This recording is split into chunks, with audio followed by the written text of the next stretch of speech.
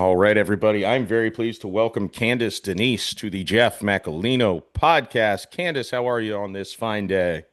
I'm well, blessed, and highly favored. Hope you're doing all right too. Yeah, I can't complain. Where are you physically located?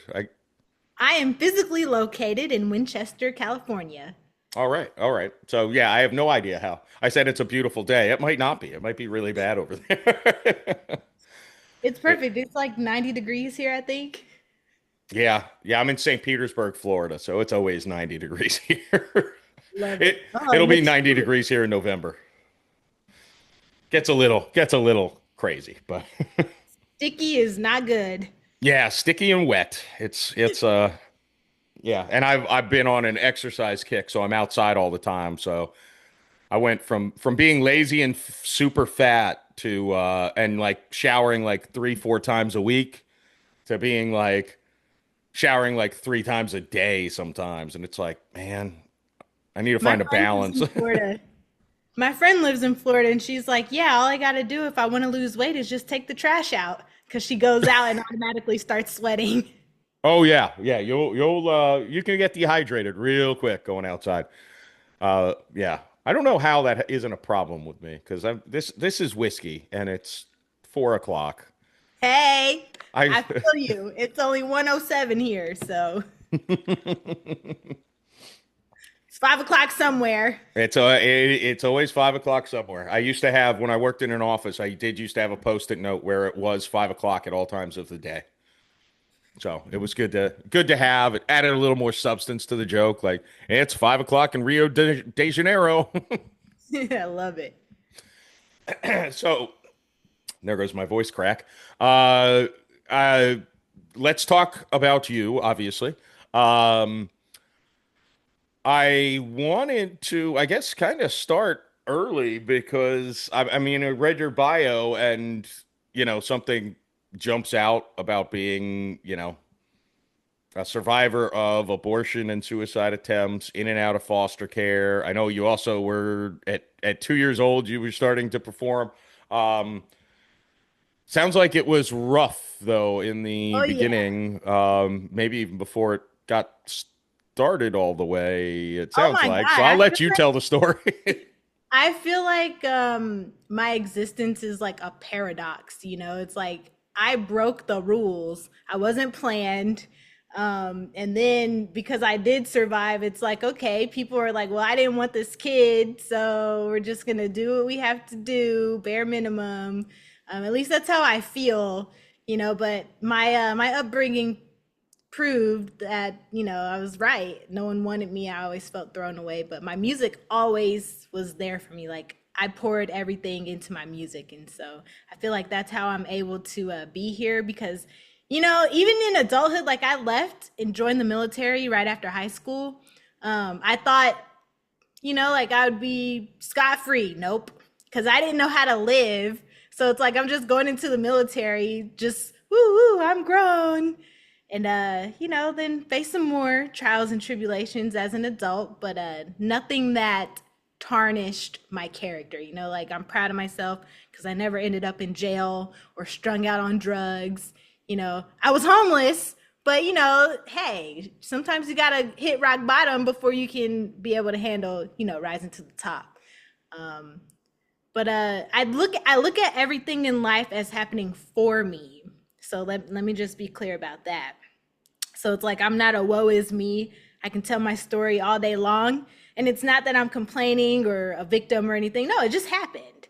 And I have my right mind, like I said, and I'm still successful no matter what. And that's why Wow, I'm here telling my story to inspire everyone else. that's amazing. And it goes to speak to how, I mean, to me, hearing that, it's like if you didn't have music, Lord knows what would have happened. Like Oh man, I could have been you a might have killer. been in jail. You might have been a terrible.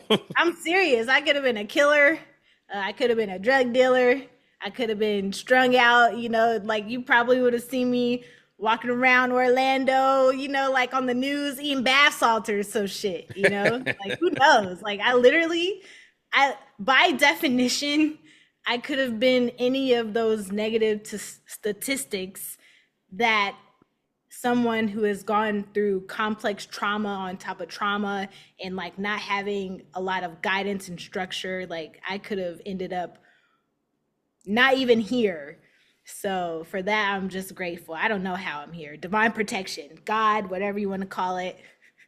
Yeah. Well, I mean, it goes to show how much, and I'm sure it wasn't every day always a positive outlook, but it goes to show like the way you're speaking, it's just it is inspiring. Not that I've gone through anything like that, but it's just your attitude, your drive. It's like you would have every excuse in the world to be a victim and just have a miserable life because look at these terrible circumstances I was born into and these terrible things that happened to me and like you said for me.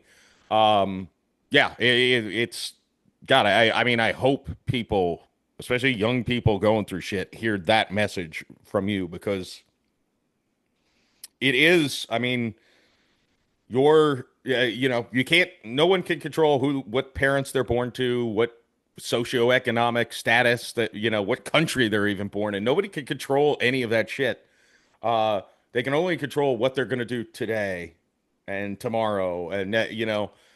And I struggle with this, as an adult in everyday life. It's like, stop worrying about that shit. Like, what's done is done. You can only control and even if it's something I regret, like, I fucked up, not like something happened to me. I made a bad decision. So what? It's over. Can't change it. There's no time machine. Fucking make a better decision next time. And Yeah. focus on this moment and the next moment and the next moment. It's real hard to do that no matter how old you are, but I mean, sounds like you kind of had no choice but to get into that mindset or Yeah, we I wouldn't have be no talking. idea. I have no idea. People ask me, they're like, "How did you survive?" And I'm like, "Yo, I don't even know how I made it through the day like yesterday." Like I just literally feel like when I was younger, there was always just something like some type of shield or protection around me. So it's like, yes, I'm going through all this chaos, but for whatever reason, I was able to like focus on something. Like I always knew that okay, there's like I guess I've always been able to find the beauty and like positivity in situations, and I think because of that, that like those little moments that I had were just able to propel me forward and forward like an autopilot of successful stepping stones, if that makes sense. And then like once I got to a point where I could start coming out of survival mode, it's like I allow myself to feel those emotions, but also start working to change my mindset and like my perception of everything and just really taking my own accountability because it's my life. No one else is gonna own up to what was done to me. And so rather than try to be like, oh, you owe me or you need to tell me sorry, it's like, nah, I'm gonna find a way to be successful and like so successful that like you have no choice but to own up to what happened in your own way. Like I'm not gonna go back and try and rehash everything. I'm gonna let my success and like, what I'm doing with my children, I'm gonna let all that speak for itself. Yeah. Yeah. You're everything you're saying is perfect. Like it's I can't add anything to what you've said. Uh, so the one thing I will reiterate though that I think it is anyone who does go through and this is not really only just as a kid. I think as an adult, I mean, I've battled depression and almost suicide in my life, and uh, having that thing you're passionate for, like you have music, um, that really, no matter how old you are, you really need that. When back in 2020, nothing to do with COVID, it was pre-COVID. I almost, you know, did the thing you can't undo, and I stopped, thankfully, obviously, or I wouldn't be talking to you right now. And one of the things I don't do well in therapy, but I got a nugget from therapy, which was just like you need to find something you're well, one thing was quit your job and get away from that toxic bitch that you keep talking about. The other thing was uh, you got to find something like, that you love doing. What do you love doing? And I'm like, well, I love writing stuff and I'd love to make things into movies and stuff. So it was a long-ish road to get from point A to point B, but it gave me something to, I don't want to, I don't know if distract is the right word, but something to aspire to where the other stuff just didn't matter so much. Yeah, and honestly, if distracting is what helped you get out of it, then hey, we call it distracting. Call it whatever you needed to do in that moment to change the trajectory of your mentality. Hey, you did it. Yeah. Yeah, and I do think I think obviously with I was going to say troubled youth, but youth that grows up in a rough circumstance, and there's, millions of them. It's important. But I do wonder if there's enough of people like 20s, 30s, 40s, hell, 70s, just like have something you can do. Whether it's, I mean, it could be golf. Like, get obsessed with golf. Just get better at golf. That's fine. It's an activity. It could be writing books, music. You just want to act, do stand-up comedy. Just do something, like have a hobby that you can kind of pour yourself. I don't know. I almost don't trust people nowadays if they don't have that thing. Like, Yeah, everyone has to have their art, and just because people may not grow up in like traumatic situations, we all experience trauma. We all experience depression and everything, all the mental disadvantages. We all experience them. It's just we've been so conditioned as a society to not talk about those things and to instead of address the real issues at hand, we've been so conditioned to just ostracize and stigmatize the people who need help. And so what happens is those people get so shunned that the cycle just keeps repeating. And then the people who are causing the problem, they're not being held accountable. And so they're also perpetuating in their own way. So it's just like a whole bunch of perpetuation. And so if people could just tap into their own art, whatever makes them smile, whatever brings them joy, and that's not, doing harm to others, I guess, because who am I to yeah, say what exactly should be someone's light? All I'm saying is find something that you could do that will set you up for a better environment than what you're currently in if you're not happy with it. And do it within your means. Like if you have control, cool. If you don't have any control over it, accept that and just go inward, like, go into your soul and all that good stuff. Cause that's what I did. yeah. That's No, and it is a good point with the people. There's so much fear around, and I think it's getting better, but I still don't know that it's. Oh, well, it's definitely not where it should be about people talking openly about dealing with stuff, and that's what I've said on here before from the depression standpoint. Like my personal strategy, I call it just having a safety net. And by that, I basically mean I know from experience, because it's happened 3 times. I know when I get in that place, that dark place, uh, I know I just need to be delayed. I know it will go 3 days afterwards. I will not feel this way. But in the moment, you can't, that demon has control over your brain. Mhm. And luckily I've built, and I give myself credit for this because this was the strategy and it unfortunately had to be utilized not that long ago. And it worked. I put a simple thing on Facebook saying like I could really use my safety net right now. And this was like midnight on a Monday night. And within 15 minutes, I had 2 random people, a kid I went to grade school with, who I golf with occasionally. So I see him. He called me.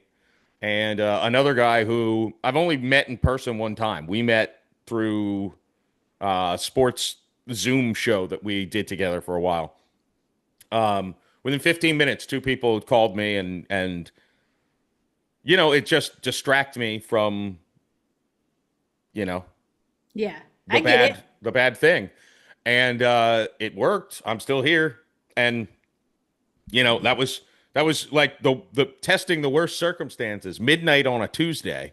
And I Hmm. just put the bat signal up, so to speak, and to random people. And it's like the funny thing is there's probably 40 of those people. As much as I, and that's then the other thing is you start the next day, you're like, you kind of talk to a couple people and maybe mention that you were struggling, and then somebody else saw your post that you didn't delete yet, so they call you the next day like, I saw this, what's going on?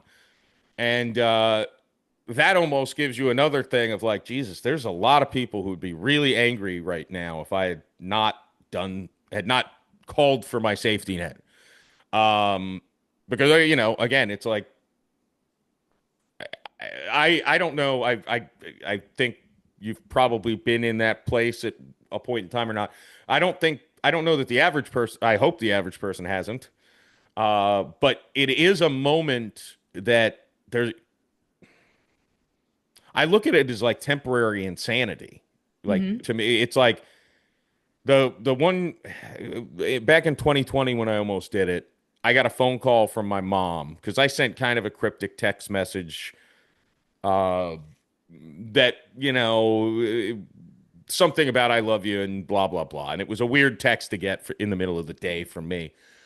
And if she hadn't called, I would have done it. She called. I talked to her. I told her I was going to do it, and I heard something she said like, "If you do this, you will break me, and I will never be the same." And in my head, I said, "Okay, I can't do this to her. I'll do it next week. I won't. I'll make sure not to talk to her. I'll just do it next week." And I swear, a week later, I was like, "What an idiot! Why would I have thought? What was I thinking?" And I don't know how to put those things together, but it's like you just have this temporary. I had one guy I was talking to on the phone. He's like, it's some people consider it like literally like a demon spirit just attacks your brain, and you know it can't stay there long, but while it's there, it makes you make decisions you would never make, in your right mind. Even if you're depressed, you're still not. There's a difference between depressed and suicidal, and Oh, it's for like sure. again, it's like, well, I think my plan works as long as I'm always smart enough when that demon comes back, and unfortunately, I know it will. No matter how successful and happy I might be, that demon will come back at some point. And I need to plan for that. As long as I know to call for help, I'll get help. And that's when sorry, I've been rambling so long, but Oh, you're good. it pops into my head. The first guest I had on this podcast back in 2021 was a comedian who almost killed himself and does like TED Talks about, suicide prevention and everything. And I'm like, and that was the first time I actually kind of came out publicly and said, I've almost done it twice. And in essence, at the end of that, I'm like, I decided to say this because I'm sure no one's going to listen, but if it saves even one life, it's worth it for me to come out as this. And I'm like, it saved my life because that's where I kind of got the put. So I saved my own life, so that's good enough for me. It's all been worth it. Yeah, no, it makes sense. And I've been there. I've been there a lot of times. I'm not talking once or twice or, like, oh, I feel like this because, I embarrassed myself. I'm talking, I had a literal plan. I was 9 years old when I Wow. first recognized something wasn't right. My family didn't love me. No one cared. I was being left home alone all the time. I never knew when my mom was going to be home. We didn't have running water, nothing. Like, there's just filth and squalor. Like, think third world country, but here in America. And, like, I didn't have any food or anything. So it didn't matter. Like, it didn't matter if I was behaving, it didn't matter if I was doing well in school, it didn't matter if I was fighting or anything, because I was just chaos. As a kid, I was chaos, fighting, all of it, violence. You think about it. I was being bullied and also bullying, but also somewhere in the middle, like this really golden child. So yeah, I had those feelings too, and I had it all planned out, in a notebook, and I told my friend about it. And along with that, I was gonna do some other things to other people and make it look like other people did it. But rather than get help, I was further like ostracized, and I got in trouble for my thoughts. So for me, I grew up with the mentality that it didn't matter if I was alive or not because no one ever wanted me. So why is it going to matter? And every time I would start feeling like that, I would just act on it and act on it and act on it and act on it.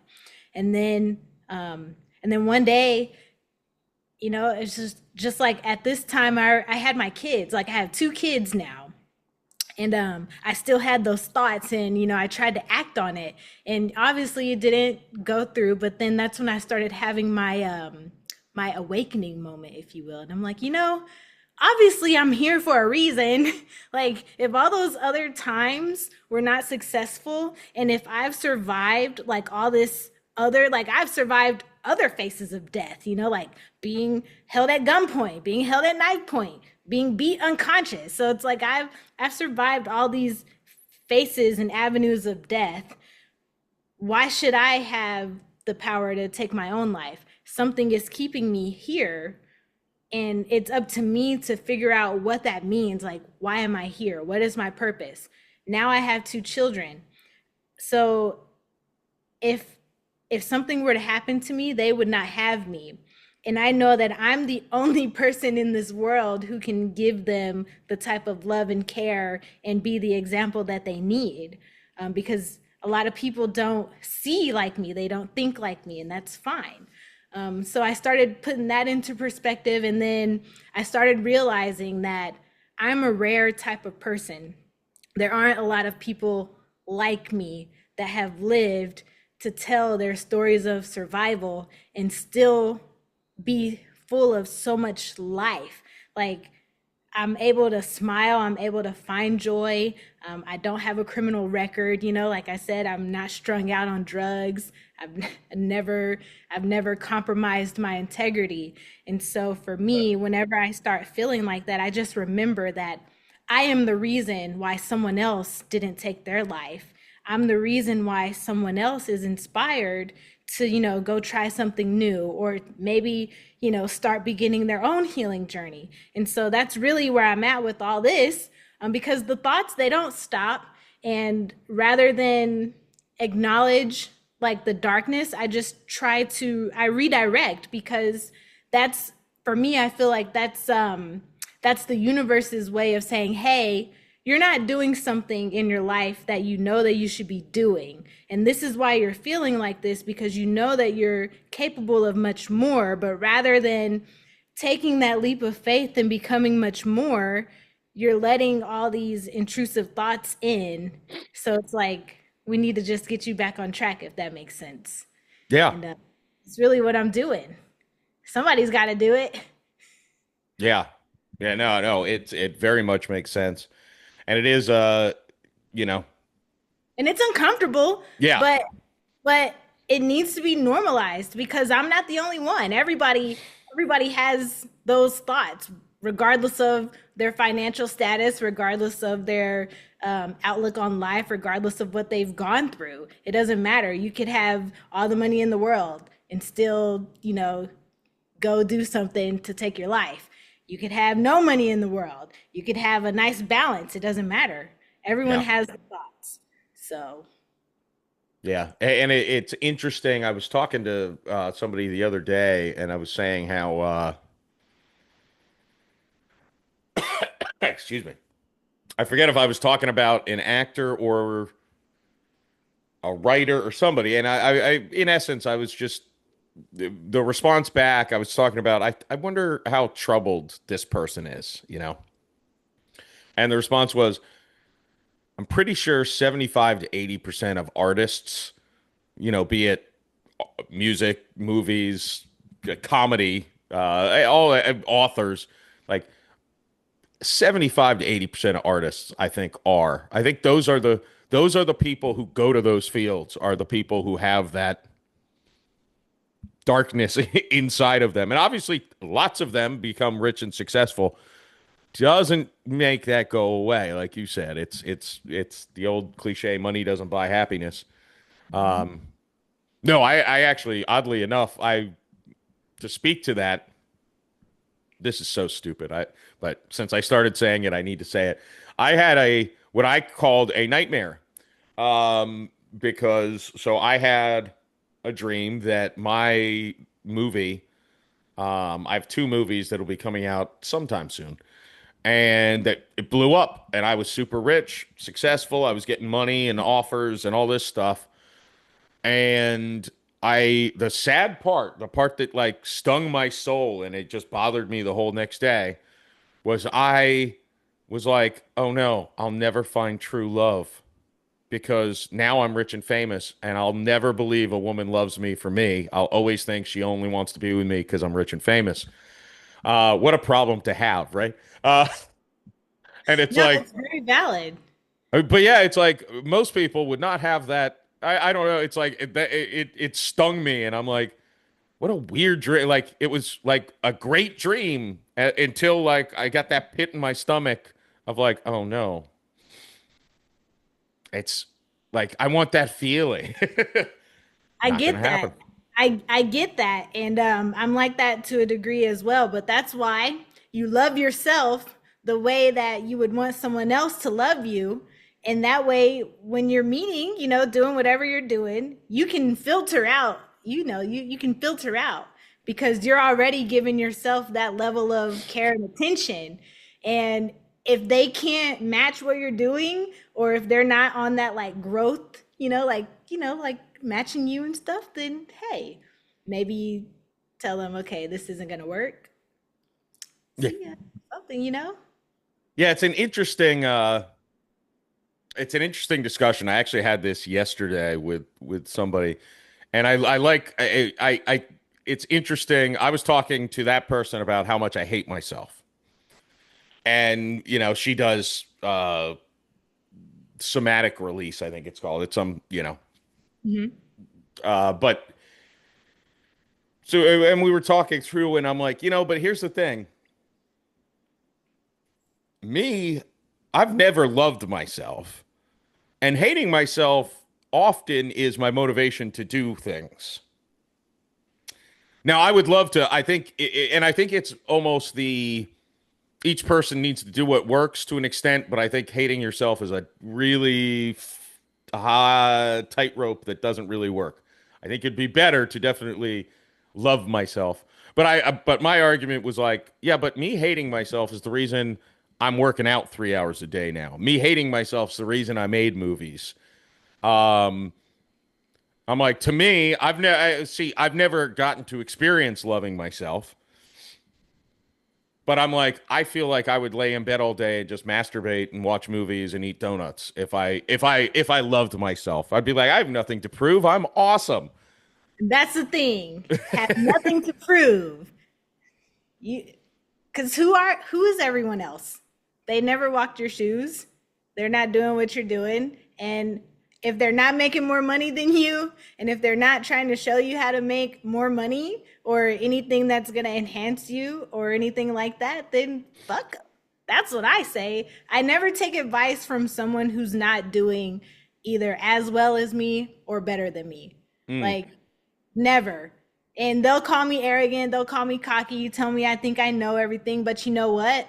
That mentality has got me from my raggedy ass childhood to manifesting what I have now, which is I don't have to work unless I go out and choose to. I don't have to worry about where my food is coming from. I don't have to worry about anything. And I don't need the fame and the limelight because I have already had that mentality of not taking advice from people who don't mean me well. And Yep. I know I've made some mistakes. I've ended up flat bottom, but I would not know how to navigate life if I weren't navigating it for myself. So if you want to go jack off all day and that makes you feel good and that'll help propel you to your next level in life, then hey, by all means. Yeah, I don't think it will. It'll probably just lead to carpal tunnel syndrome and I mean, it's for me, that energy, it's all about your mindset. Like, what are you thinking about? You know, that's how I would go about it. As wrong and weird as it is, who cares? If that's what gets you through it, and that's what gets you through it. yeah, yeah, it's interesting, and I like what you said too because I think there's about taking advice from people. There's no matter what industry, there's a lot of people who are. So I'll just use film as an example since I'm in it, and It's all the same. yeah, it's all the That's the same, but same energy everywhere. there's so many people. Yeah, so this translates directly to music, where there are so many people who are highly educated on a thing, like they went to film school or they've gone to extensive acting or writing classes, whatever. And but like, what have you done? Nothing.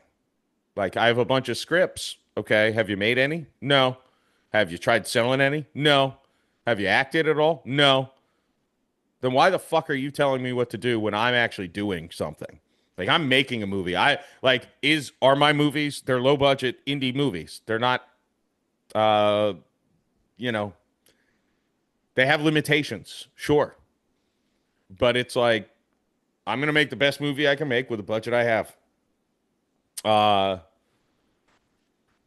and then the critiques after. I'm like, no, if you don't have anything constructive to say, don't tell me. You don't need to just be like, your movie sucks, or I don't like this, or I don't like that. What's done is done. Just, and it's like, again, the other thing is like, all right, so I put out a movie that's maybe it's a 7 out of 10. How many movies have you? Zero. So shut the fuck up. Exactly. That's how I am. And I have relatable experiences in my adult life. But for me, it was always growing up, I was told no one likes to show off and, choose between band or orchestra, not both, and blah, blah, blah. I did all of the bands, I did all of the orchestras up until my junior year of high school. And that was only because I couldn't be in the band that I wanted to be in and be in the orchestra that I wanted to be in because the classes were at the same time. And not only that, I didn't feel that I was getting the structure and nurturing that I needed in orchestra that I could get in band. And I had done orchestra my whole life, mind you. It just so happens that I immersed myself in all of the performing arts aspects as much as I could, whether it's just dropping in, whether it's going to rehearsal or like being just seeing what all the facets were like. And so I began I guess my production and stuff like in middle school, like 6th grade, introduction to what is that? Industrial technologies, and you got like the little media aspect, and then I carried that on up until high school. So it's like I may not be industry professional by definition, by like Grammy standards or all these other standards. However, I do know my shit, and I know how to conduct myself professionally, and I have all these things that I've done since high school and the military, and now I'm working, I'm working with the capacity that I have to continue building on what I've already started.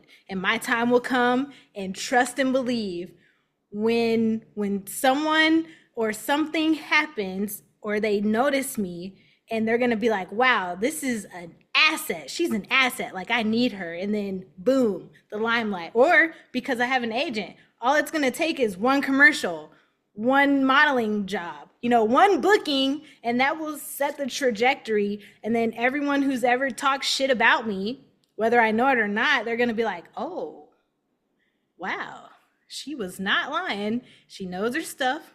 And, like, wow.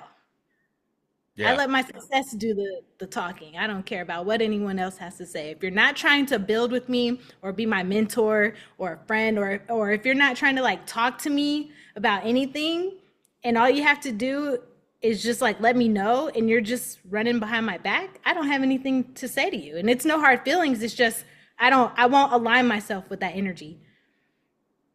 And I Yeah. don't care how it makes me look. No,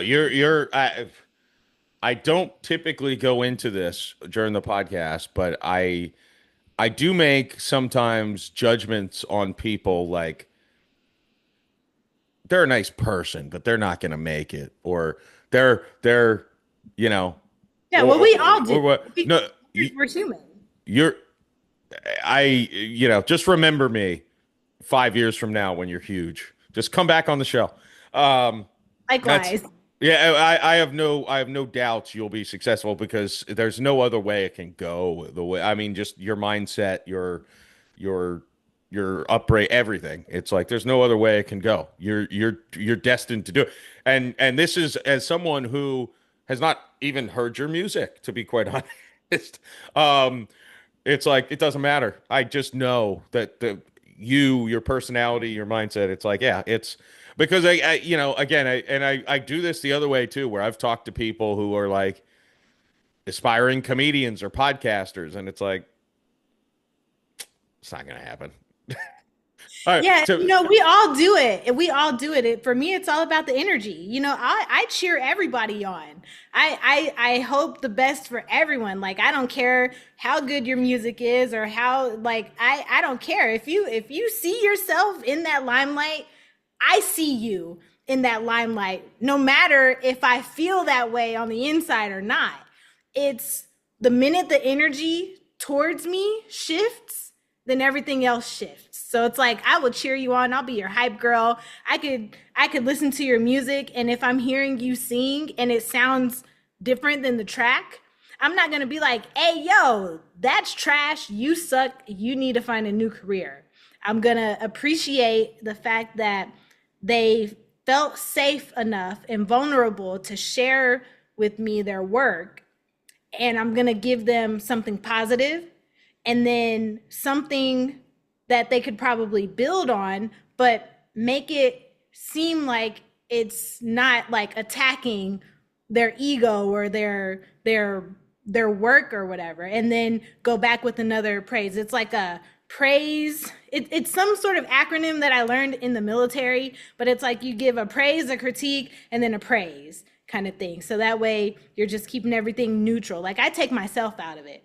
But the minute the energy shifts and people have a problem with me, then it's like, oh, okay, well, we're not doing that because you actually could not sing. And I don't know why you felt, that blah, blah, blah. Like I could just either tear someone really down or I could build someone really up. So for me, it doesn't matter. If people say that they're going to make it, then hey, you're going to make it. that's that must be what my buddy Daniel learned about the praise, critique, praise thing. Because I'm like, wait a second. He'll like, you got a really good thing. Now all this sucks, but here's how you could fix it.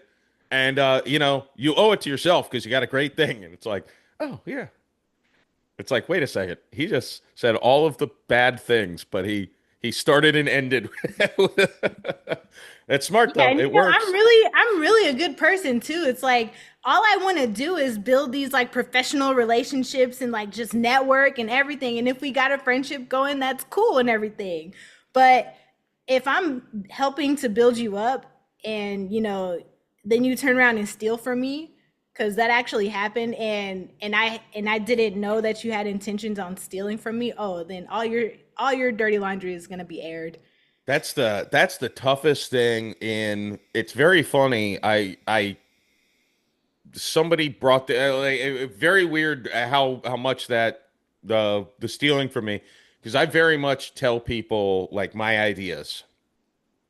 Now, when you write a script, you're pretty protected. Like if you send it to someone to read, you can with computers, it's pretty easy to prove who wrote the script, right? So that's not really a concern as far as that goes. But the idea is when you haven't written a script and you're telling people, I was just talking to two guys who I trust and I want to work on this movie with them about an idea that just struck me 2 days ago. And I'm like, this is going to be cheap, but like production quality is going to be crazy high.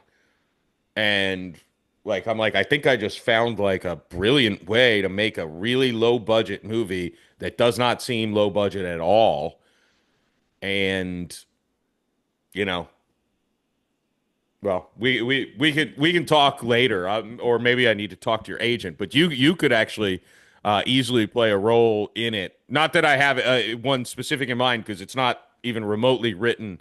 I'll give you a brief summary after the button, the stop button, because again, I don't want it's an idea that anyone could steal.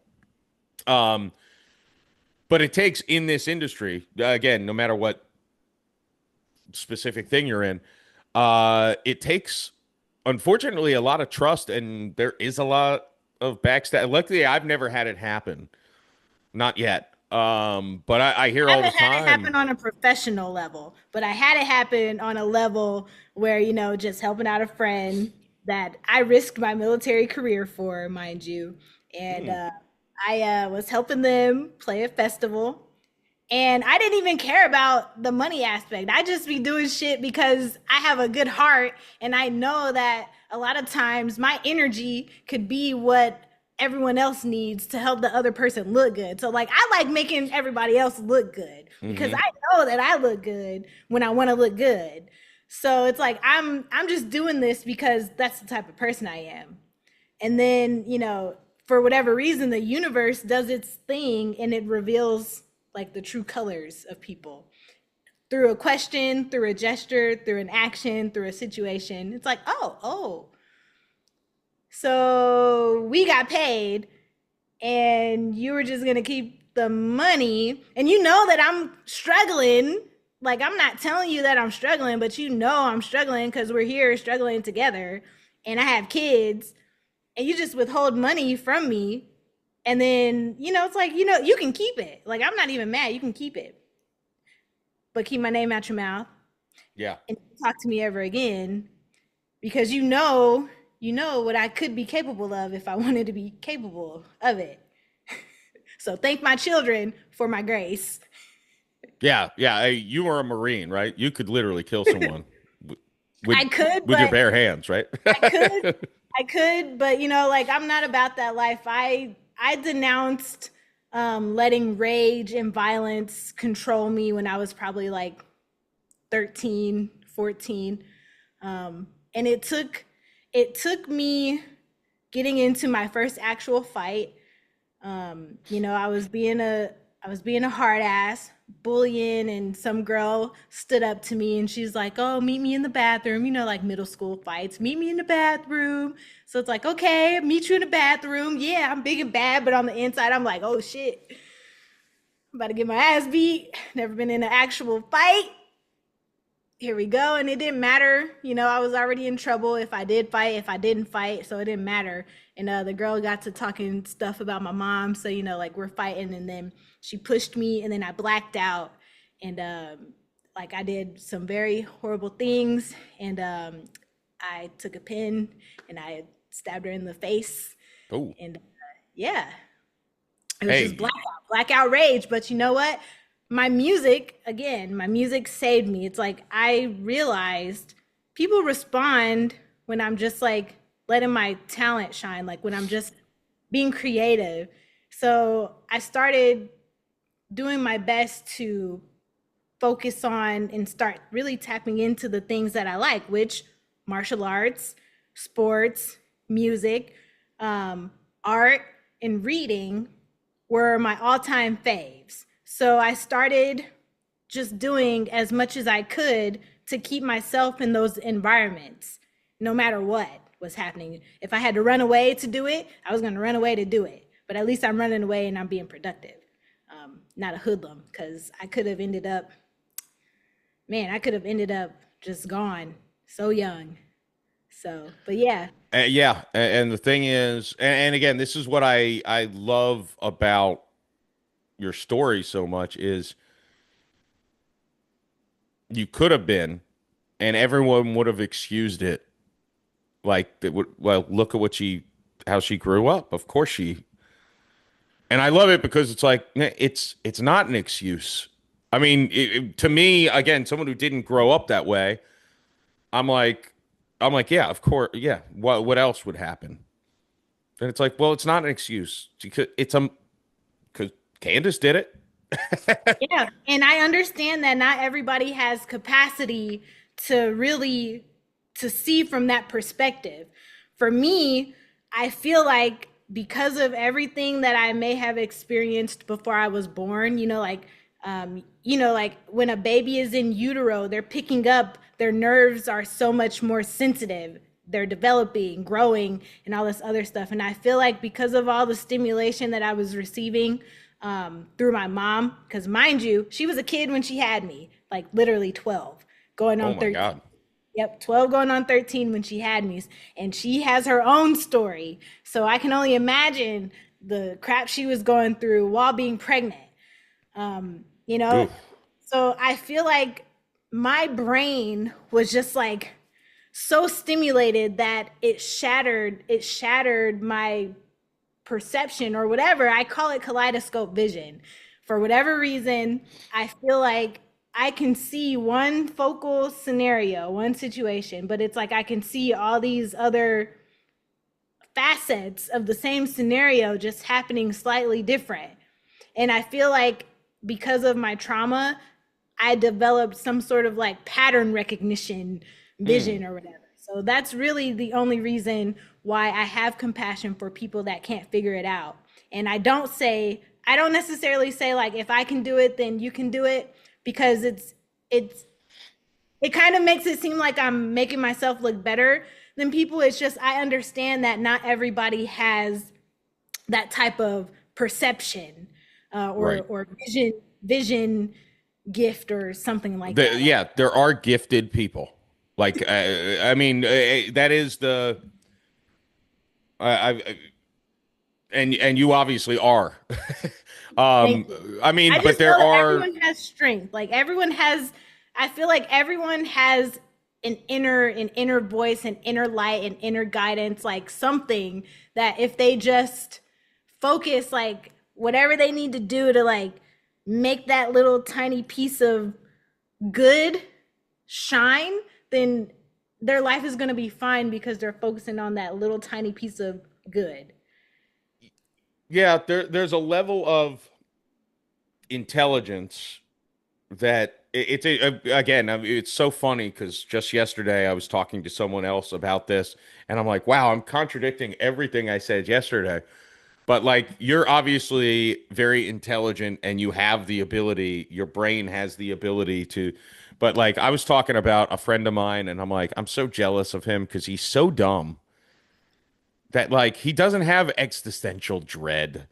He's just dumb, and he knows he's dumb, which is the get because dumb people who don't know they're dumb are dangerous. Most of them work in government, uh, but the most of them are elected officials. But the the dumb person who knows they're dumb but doesn't really care.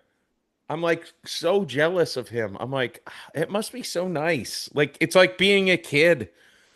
Like you don't worry about consequences. You don't worry. I'm like, gotta man, I'm jealous because my brain is constantly like, all these terrible things are gonna happen because everyone hates me and blah blah blah blah blah.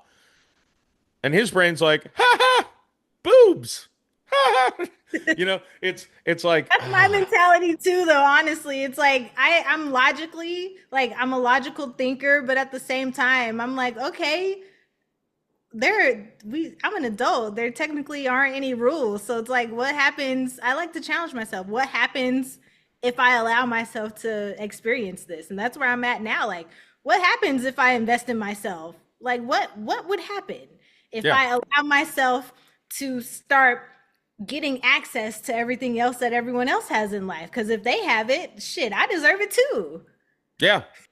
No, no, it's the I've said I'm like my core philosophy, but I'm like it's bullshit because I don't do. I mean, I guess I kind of do, but I'm like the I say this as someone who's just getting hammered on a Tuesday night, so I guess I kind of do.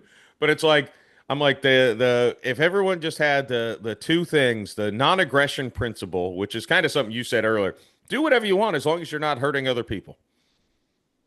And the golden rule, like treat others as you'd want to be treated.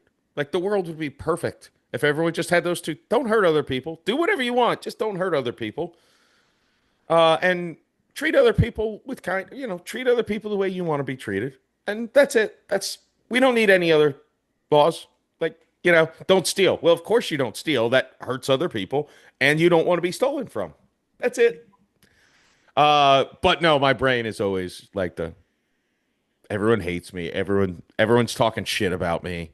This has been like my whole life. Like I remember doing this in high school. I remember walking down the hallway and just everyone who was laughing, I assumed was laughing at me. Oh, wow. And there's zero reason. Like again, it's moronic to have that thought because I'm a normal looking dude in high school. Like at the time, I was just, I mean, I was tall, but I was not like freak show. I was like 6'2", 6'1", maybe six. I'm 6'2" now. So I was, tall, but not freak show tall. And I was, but at the time I was feeling it. I was just normal weight. There was no, nothing extraordinary about me. I was average looking, a little above average height, average weight. But I assumed anyone who was laughing when I walked down the hallway was laughing at me. And again, psychopathic thought, but yeah, dumb people don't think that. Dumb people are like, "What you laughing about? I want to laugh too." Yeah, but honestly, that's a very that's a superpower because I do that too. I'll play dumb all day, but you won't know that I'm playing dumb. I like to play dumb. That's a good drunk trick that I have learned. I can always be like, oh, I'm just a drunk idiot, and be like, oh no, I remember what you're saying. Oh, I'm a coherent. I'm a all type of idiot. It all depends on the environment, the situation, the people. Again, because I scan. Like I feel like most times I'm just like a shell. Like I'm hollow. Like I'm here, but I'm not. It's like I'm here in this body, but I'm somewhere elsewhere. If that makes sense. Like It does to me, but it probably doesn't to most people. It that's how I absolutely.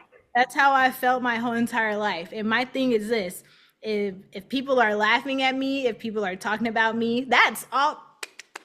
Because I bet you won't say it to my face. That's that. That's Yeah. been my whole life. And people that did say it to my face, they most likely got the shit beat out of them because that's how I was as a kid. Because it was happening to me. Like I had to learn how to breathe, how to sit, how to walk, how to talk, how to posture, how to structure. Like I never knew what I was doing to be offensive. Just existing was a crime. So it didn't matter my tone, my inflection, like if I had a look on my face, which most times is my regular face, like I don't know, I'm gonna be hit. It didn't matter. So unfortunately, that that type of treatment resulted in me micro and psychoanalyzing everyone else around me, and becoming very hypersensitive. But I learned to control it. I learned how to channel it. I learned how to redirect. I learned how to just not care because at the end of the day, no one is going to understand what I'm going through unless they talk to me and just all this other stuff. And then again, at the end of the day, if you have a problem with me, come talk to me about it. But I bet you won't talk shit to my face. I got a super weird thing to ask, but so like my daughter's 15 now. I have not been in a fight since before she was born, so it's been at least 15 years. Probably at least 16 years. And I didn't get in a ton of fights, but I get in some fights occasionally, and I never lost. I thought I lost a fight, but my buddy said it was not a loss. Uh, Long story, but now they're not to say I haven't been in situation. My dumb friend actually, we got kicked out of a bar because he threw three punches at me. But that was because I was telling him I was trained in boxing, so he couldn't hit me if he tried. So he threw three punches. We got kicked out of the bar because they're like, "You were fighting." We're like, "No, we weren't fighting. He was trying to punch me in the face." I understand that sounds like we were fighting. um, but anyways, so I've been in a couple of sketchy scenarios, but I've never been in an actual fight for 16 years. And the one thing I had this realization a few years ago, and I wonder if you ever have this, where it's like, I didn't know the last time I got in a fight was going to be my last fight. I'd like one more. I just like one more. Like, not like, just one more fight. I don't know. Like, I wish maybe just put gloves on and go in a ring and just, but it's like, I see a lot of times the people I fought were, so I told you, I'm 6'2", and, I have like a 6'5" wingspan. So my arms are modest looking at best, even when I'm in great shape. They're not like, super compact muscle. There's, you could see muscle maybe, but it's not. The guys I fought most of the time were between 5'3" and 5'6", with arms as big as my quads. Like, they looked, but their arms are tiny, so their muscles, it's an optical illusion almost, to an extent. We could have the exact same muscle mass in our arms, but his is going to look huge compared to mine. Talking about arm muscles, not, but that too, I suppose, if you think about it. Um, Sorry, I distracted myself thinking about penises. If I had a Hey, dollar for every like, time. Uh, um, but those were the guys, like, and a lot of times they were on steroids, and they thought, because their arms were so huge, it didn't matter how tall I was. That I never lost a fight to those motherfuckers because they weren't stronger than me.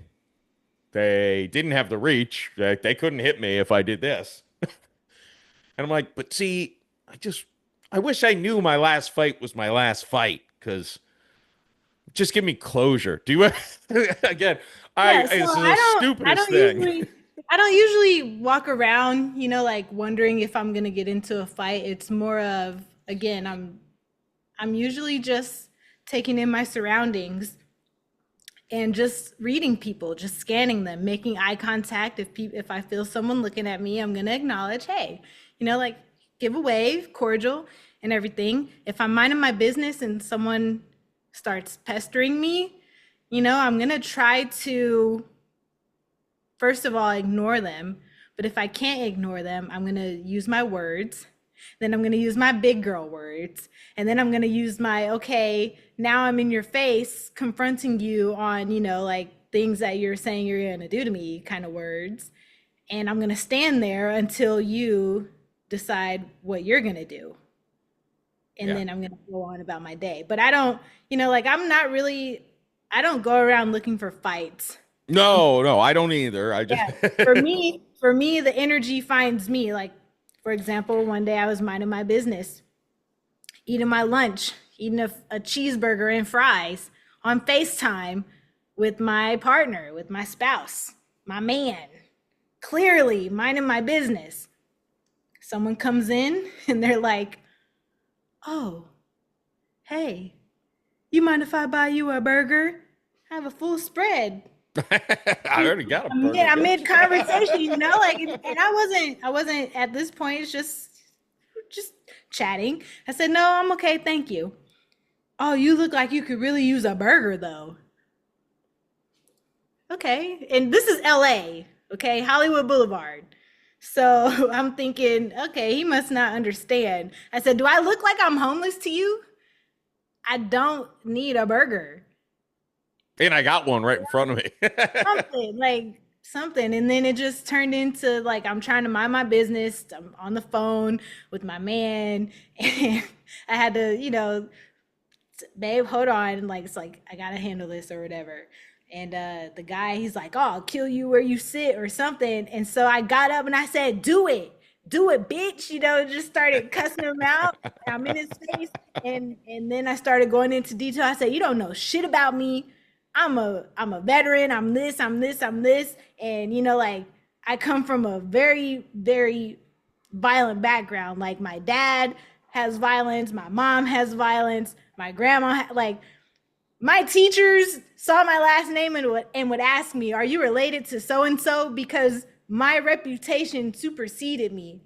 And so I told him, "You don't know what I'll do." I said, "I'll kill you where you stand." And then it's just like, I'm like, do it. Do it. Yeah, that's what I thought. Get out or whatever I said. And he left. I I was fine. And I ate my burger and said, I love you, baby. On about my day. I at the risk of this sounding crass, I just thought while you were saying it, I'm like the it seems badass. I'm gonna say it out loud and it's not gonna work. But like, bitch, they tried to kill me in the womb and they couldn't. You think you're gonna I do say it out stuff of like here? that. I literally say stuff like that. Like when people are I'm still glad you trying weren't offended, by the no, way. I don't no, you know why? I don't get offended of stuff like that because I dealt with it. Like I dealt with it. I make jokes. And honestly, that's probably why I'm intimidating and I'm probably scary to people. And that's probably why I don't have friends because I say some off the wall shit. And you know what? Oh well. Because if people think that words like that are gonna hurt me, oh boy. They're No, in for a surprise. So it's like I say stuff like that in hopes that it makes the other person just like leave me alone. Like obviously I'm not interested. Like I'm not trying to go on a date, first of all, because I don't know you. Second of all, I'm currently I got very a guy. in my relationship, like that you're actually being disrespectful to. And then, like I didn't want to be like, oh, I make more money. Like you can't afford me. Like you're trying to hit on me at a cheeseburger store. Like you can't afford it's gonna take more than a burger to get me to open my legs. And I said that. So it's like you're gonna have to try harder, you know? And, yeah, like I say stuff like that. I'm like, my mom couldn't kill me, the doctors couldn't kill y'all. I faced hell, I was in a car accident and almost skidded off the fucking road, like into a ravine. Mm, And technically I shouldn't be here because it's like, like how the fences are along a road, but it's like you have one pole and then it's like you have so many feet, like probably 8 or 9 feet before the next pole. So technically that fence with the however many hundreds of pounds of car, that fence should have just been mowed down by the car. But for whatever reason, instead of me flying off the ravine, the fence was wrapped in the wheels. So it's like, if some drunk dude driving off the fucking road can't kill me, your words are not gonna kill me. Like, come on now. You're gonna have to try harder.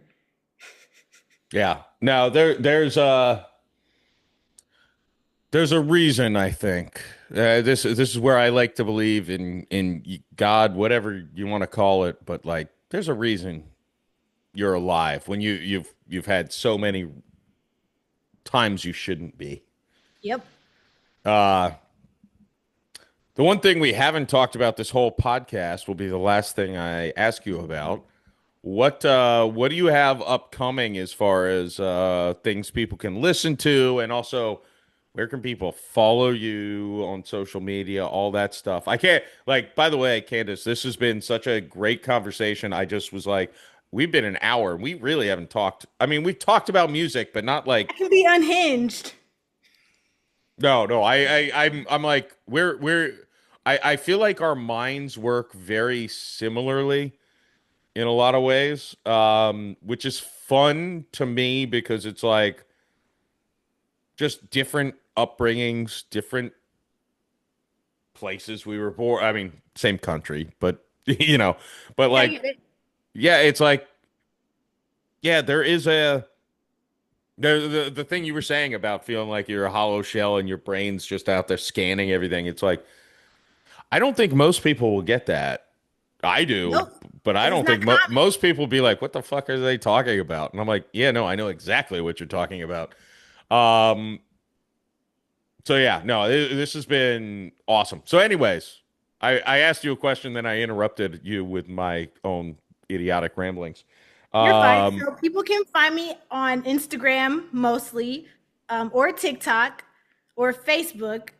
I'm in Facebook jail though, so if you don't find me, that's because someone reported one of my statuses, and I'm currently like deactivated. Anyway, you'll so be you back.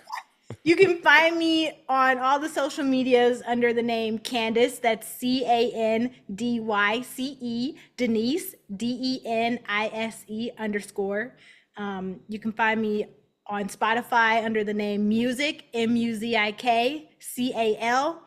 And I'm currently working on a song called Villain.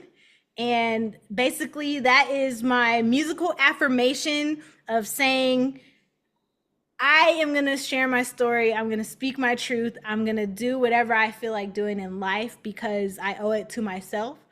If I end up all alone, at least I'll have my peace. I'll be the villain. If I stay calm, like I'm no longer entertaining anything that does not help me grow or that doesn't align with something of structure or status or, progress. And if that means I have to cut everybody off, then hey, I guess I got to cut everybody off. So I'm working on that. And what else? I am also going to be going to London here in a couple weeks.